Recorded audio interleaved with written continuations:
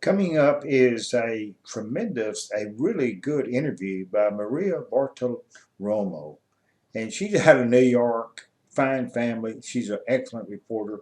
And Devin Nunez is out of California, and he's a very well groomed, well sophisticated, insightful, truthful U.S. representative that tells the truth. So here we go with that interview. Were politicized and weaponized. And in my opinion, there are only two possibilities: that you were deliberately corrupt or woefully incompetent. And I don't believe you were incompetent. This has done severe damage to the professionals and the honorable men and women at the FBI, because law enforcement should not be used as a political weapon. And that is the legacy you've left. That was Texas Senator Ted Cruz grilling former FBI Director Jim Comey on Wednesday about his leadership overseeing the Crossfire hurricane probe. Comey, who oversaw the Bureau during the 2016 election up through the presidential transition period, told the Senate he did not know the source of the Steele dossier and that he did not recall anyone ever using the Logan Act against General Michael Flynn. Devin Nunez is the ranking member on the House Intel Committee. He is the author of the new book, Countdown to Socialism. Congressman Nunez, it's good to see you this morning. Thanks so much for joining us. Always a pleasure. Good morning. So first, evaluate the Jim Comey testimony that we saw in front of the Senate Judiciary Committee this past week. Well, on certain days, James Comey has an intelligence level higher than Einstein. He seems to know everything. He takes immaculate notes. He even takes those classified notes home and shares them with a lawyer. Somehow those notes end up in the New York Times. But then other times, like you would think when you've actually opened an investigation into the Trump campaign in Russia, he seems to have amnesia. He's forgotten everything. And look, and I'll just make this point. We asked him specifically, and all the other dirty cops at DOJ and FBI and the intelligence agencies in January of early 2017, where did this dirt come from? None of them seem to know the answer. And you know what, Maria? Every damn person in that room knew the answer except for the Republicans. That's the truth. Unbelievable. Well, we want to talk more about this. I want to point out this op-ed that Kim Strassel from the Wall Street Journal wrote last week, and it's called The James Comey Election. And in it, she writes, Mr. Comey personifies what enrages Americans after they have gone through 3.5 years of this collusion narrative. She says this was the crew that in 2016, based on the thinnest of tips, launched a counterintelligence investigation into a presidential campaign complete with secret surveillance warrants and informants. She goes on to say this all took place in Barack Obama and Joe Biden's Washington. Those 8 years also featured plenty of other swamp monsters. Don't underestimate the number of Americans who fear a return to that world.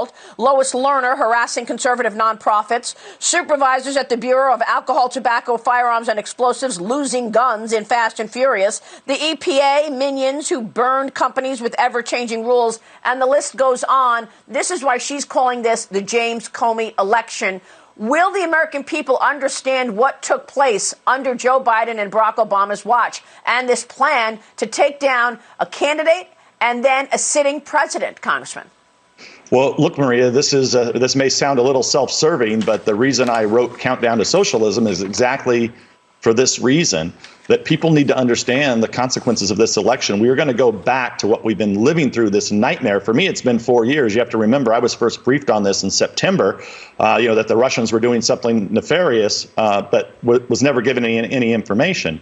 And now what we find out from the briefings we've recently had, and I know you asked Leader McCarthy this is a real problem, that these documents that clearly our government had, the legislative branch of government never received these. Remember what I said earlier about that January meeting? Hey, who the hell paid for this? And remember, it was the work that we did, the House Republicans did. We had to fight through subpoenas. We had to prove that it was the Clinton campaign and the DNC that had paid for the dirty dossier and this dirty information. Remember all of that happened? We should have been, they knew about this 4 years ago when myself and Speaker at the time, Paul Ryan, were briefed, and they hid this from us, and they continued to hide it all the way until we uncovered it. But I will tell you, the documents that are underlying that we now have seen, I've only seen a few of those. They're definitely smoking guns. That information definitely needs to be made available to the American public. And from what I understand, there's even more underlying evidence that backs up what Director Ratcliffe put out. And just think how long it took for us to figure out this information. I know it's mind-boggling. This has been a very difficult task for us to get to the bottom of, because you have corrupt officials, and I think that's the point here. Are you going to go back and elect somebody like Biden, who just the other night, Maria, had the audacity to go after President Trump once again for what? That Putin, I think he said he had Putin wrapped around his finger. And then he didn't answer the question of why did his son get $3.5 million from a Russian oligarch with ties to Putin? If Ivanka Trump had been bought a Big Mac in the Red Square by a Russian oligarch, they would have locked her up and they would have said, this is evidence of collusion.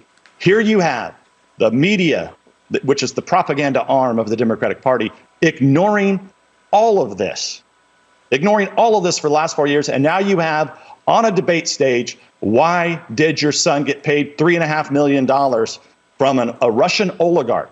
So here they've been blaming Republicans have something to do with Russia when the whole damn time they have something to do with Russia. I think what they think is that it's okay for them to take all this money and grift, but they'll just take and accuse Republicans of doing it to cover up their tracks. And that's basically what we knew about this the whole time. There was plenty of circumstantial evidence to know this, Maria, that the Clinton campaign had created all of this because they knew that 33,000 emails were out there somewhere. They knew that Jason Chaffetz and House Republicans were trying to find those emails. So what did they do? They created a sick fantasy. This was the Clinton campaign. I want you to remember this. The Clinton campaign created this sick fantasy. Then they went out and hired avatars to do it. So they hired a former British spy named Steele who did the Steele dossiers. Then they hired this suspected Russian spy, okay, so that they could give it a veneer of being a Russian. So imagine that. Now you have the Democrats hiring Russian spies, getting $3.5 million from Moscow, and nobody in the media seems to give a damn about it. And so I think what Leader McCarthy said is exactly right. Every Republican, senator, and member of Congress should be saying, this is over. We want every damn bit of evidence that every intelligence agency has, or it's maybe time to shut those agencies down. Because at the end of the day, our liberties are more important than anything else we have in this country, and they have been stampeded over by these dirty cops and the Democratic Party and the media who fails to report on it.